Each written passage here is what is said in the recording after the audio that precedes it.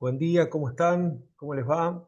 En esta serie de clases asincrónicas vamos a tratar de abarcar lo que es la introducción al estado de evolución del patrimonio neto, como el tercer estado básico eh, en el avance de la materia, y también la práctica que nos prevé la guía.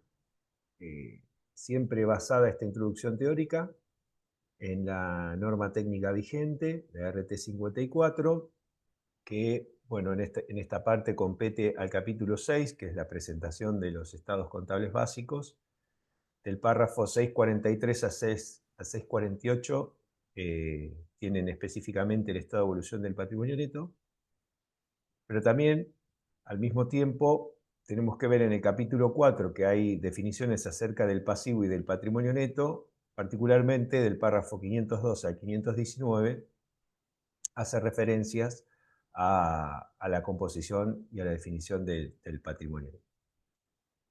Bien, en este sentido, entonces, avancemos con esta breve introducción teórica. Bueno, como concepto vamos a encontrar que el estado de evolución del patrimonio neto informa acerca de la composición del patrimonio y de las causas que originaron cambios en los rubros que lo integran. Dentro de lo que es composición, vamos a encontrar de lo que es su estructura dos grandes grupos: el aporte de los propietarios y los resultados acumulados. Después profundizaremos en cada uno de ellos.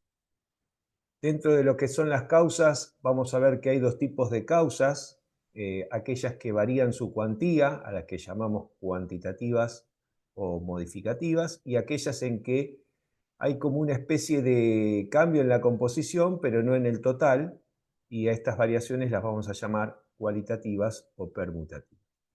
Y en cuanto a evolución, de alguna manera se refiere a que, bueno, cuál fue la situación inicial del patrimonio, las variaciones que ocurrieron durante el ejercicio e informar la situación final, y con eso estaríamos aportando información sobre la evolución del patrimonio.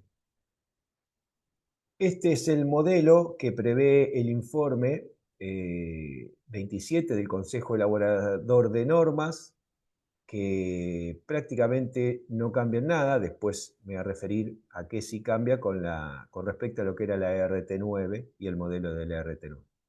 Pero analicemos someramente este modelo y vemos, como decíamos en la filmina anterior, dos grandes rubros, ¿no? El aporte de los propietarios, los dos grandes grupos, y los resultados acumulados. Una situación inicial del patrimonio que pudo haber sido modificado por algún área, ahora vamos a profundizar.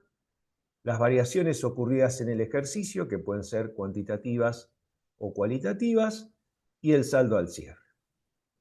Y una columna que atiende el comparativo. Y esto es un poco lo que cambia o lo que incorporó la RT54, donde lo que establece ahora es una alternativa de exposición del comparativo con el ejercicio anterior. En vez de ser simplificado en una columna, ahora permite o prevé un modelo donde se pueden colocar digamos, casi el estado de evolución completo del patrimonio del ejercicio anterior dentro del cuerpo del Estado. ¿Bien? Según este autor, Suardi, permite un mejor cumplimiento de los requisitos de la información contenida en estados contables y su elaboración no ofrece dificultades. Y eso es cierto porque en realidad vamos a tener el estado de evolución del ejercicio anterior. Entonces, hay un modelo de la RT54 del informe 27, como el que mostré recién, y otro que aquel que quiera optar por una versión comparativa con el ejercicio anterior dentro del cuerpo, bueno, tendríamos un estado o un modelo como este, donde obviamente el rayado no cambia, digamos, tenemos aporte de los propietarios y resultados acumulados. La parte de saldos iniciales tampoco cambia, es igual a la que mostré antes. Y lo que incorpora en este acápite, dentro del cuerpo, es todas las variaciones del patrimonio neto ocurridas en el ejercicio anterior por cada rubro que lo originó. De manera que estaríamos, de alguna manera, copiando el devolución del patrimonio neto del ejercicio anterior en este vigente. Con esto llegaríamos a un saldo al cierre del ejercicio anterior que obviamente tiene que ser coincidente con el que pusimos en esta fila de aquí. Luego atenderíamos los cambios ocurridos durante el ejercicio, el que nos interesa, el que estamos armando, para llegar a una situación final del patrimonio coincidente con el monto que pusimos en el estado de situación patrimonial. Pero bueno, este es el principal cambio que introduce la RT 54 en cuanto a lo que es el estado de evolución del patrimonio neto. Luego es exactamente igual al que se venía viendo con la RT 9.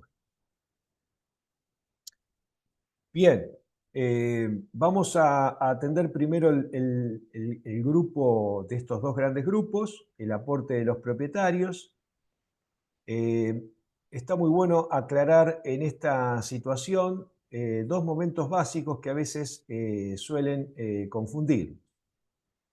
Digamos, en términos de lo que es el estado de evolución del patrimonio neto, la suscripción, o también lo que se conoce como compromiso de aporte, es el momento en que los socios o los accionistas, ante un aumento de capital, se comprometen a aportar dinero, bienes o asumir pasivos a su nombre. Bueno, en términos del estado de evolución del patrimonio neto, la suscripción, ese compromiso de aporte, es el momento en el cual se genera el aumento del patrimonio con independencia de cuándo ese dinero o esos bienes o esos pasivos son cancelados por parte del accionista. Bien, que a eso se lo conoce como integración o pago de las acciones suscritas. Bien, en resumen, para el estado de evolución del patrimonio neto, la suscripción genera aumento del patrimonio y lo que es integración importa en el estado de situación patrimonial, quizás porque, bueno, esas otras cuentas por cobrar a los accionistas se verán disminuidas cuando ese accionista integre su dinero, entregue los bienes que o haya tomado un pasivo. Bien, es importante aclarar estos momentos a los fines de los estados. ¿Qué vamos a encontrar aquí dentro de aporte de los propietarios? Bueno, por supuesto, el capital, que también lo conocemos como aporte capitalizado, y otros que pueden ser no capitalizados, como el ajuste al capital. Recordemos que cuando se practica la reexpresión, ¿sí?, de los estados contables, o el capital siempre se mantiene en términos nominales, y todo lo que respecta al ajuste practicado va a una cuenta de ajuste al capital. Otras cuestiones que podemos encontrar dentro del aporte de los propietarios son dividendos en acciones a emitir, que ocurre cuando hay una distribución de utilidades en acciones y todavía esas acciones no se emitieron, pero bueno, ya forman parte de aporte de los propietarios, aunque todavía quede o reste que esas acciones se emitan. También los aportes irrevocables a cuenta de futura suscripción de capital. Esto después vamos a profundizar, o hay que ir a la norma técnica para ver cuáles son las condiciones en las cuales un aporte puede ser considerado aporte irrevocable y, en todo caso, formar parte del patrimonio neto. Y también otro rubro que solemos encontrar aquí son las primas de emisión. En lo que respecta a resultados acumulados, bueno, veamos un poco un ejemplo de la contabilidad general, ¿no? Entonces, supongamos que la empresa inicia el primer año de ejercicio, su primer año, y obtiene un resultado positivo. Bien, ese resultado positivo, automáticamente en el asiento de refundición, ¿no?, lo que conocemos como asiento de refundición, pasa a cargar automáticamente a una cuenta de patrimonio neto. En tanto, las cuentas de resultado no arrastran saldo al ejercicio siguiente. Por lo tanto, no bien aparece el resultado del ejercicio, se carga al rubro resultados no asignados del patrimonio neto, porque bueno, justamente recién se originó y todavía no hemos decidido qué hacer con ese resultado no asignado, pero que ya es susceptible de distribución cuando la asamblea se reúne.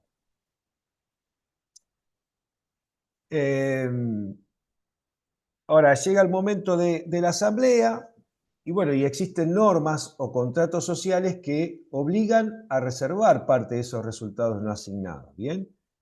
Eso es lo que conocemos como ganancias reservadas, que restringen la distribución de dividendos. Es decir, está bien, ocurrió una ganancia, pero por alguna disposición legal o contractual, esas ganancias se van a reservar, parte de esa ganancia, para una distribución futura o no.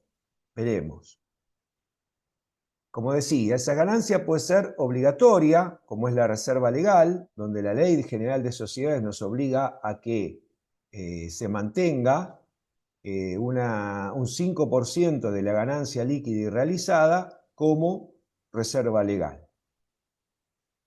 Y otras que son voluntarias, que pueden provenir del estatuto o ser facultad del órgano, por ejemplo, de la asamblea, o decisiones que tengan que ver con renovar la planta, etcétera. Es decir, se retienen utilidades para ser asignadas a otras cuestiones que se creen importantes y luego posteriormente podrán ser distribuidas más adelante.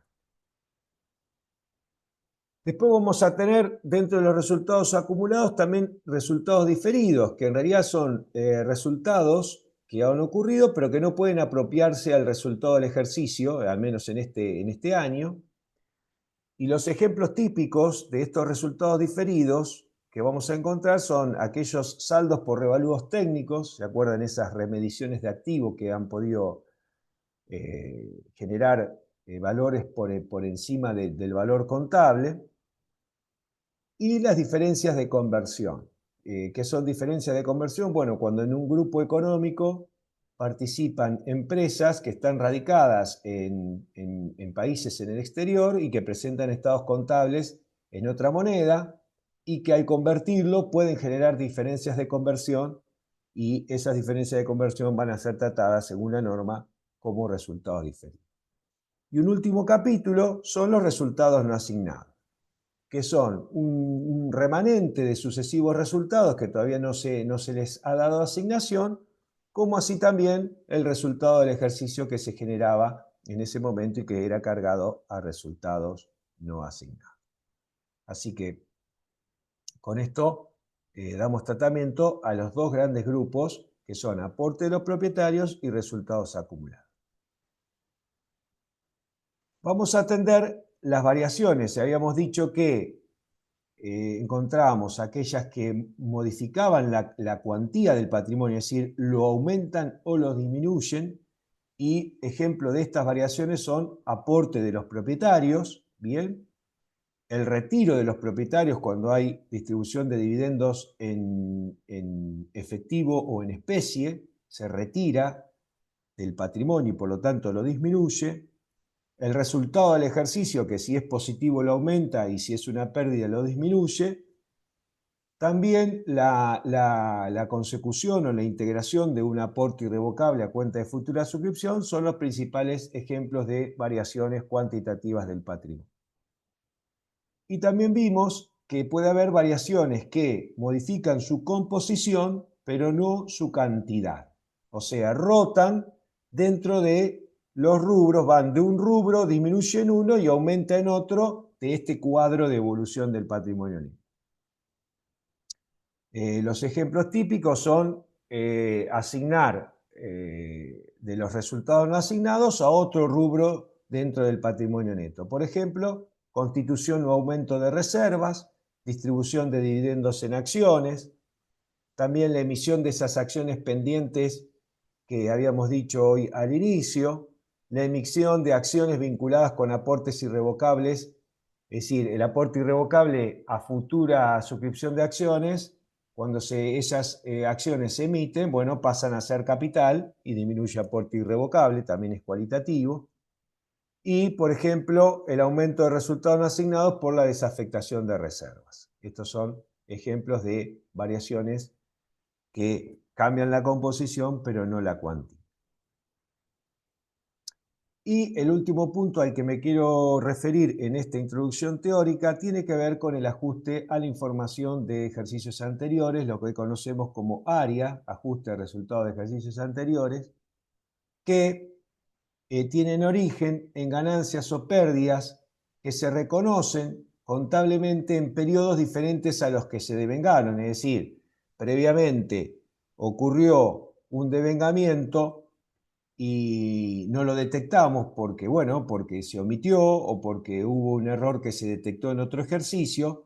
Lo concreto es que para corregir ese resultado de ejercicios anteriores vamos a considerar los áreas, que no forman parte, claramente está, del resultado del ejercicio. Y que lo que va a hacer es corregir acertadamente el saldo inicial de los resultados no asignados, porque habíamos dicho antes, si cuando se genera el resultado del ejercicio se carga resultados no asignados, toda modificación que haya afectado resultados de ejercicios anteriores, tenemos que modificar el saldo inicial de resultados no asignados y con eso corregimos una situación inicial de la cual partimos. Y también, entonces vamos a tener una situación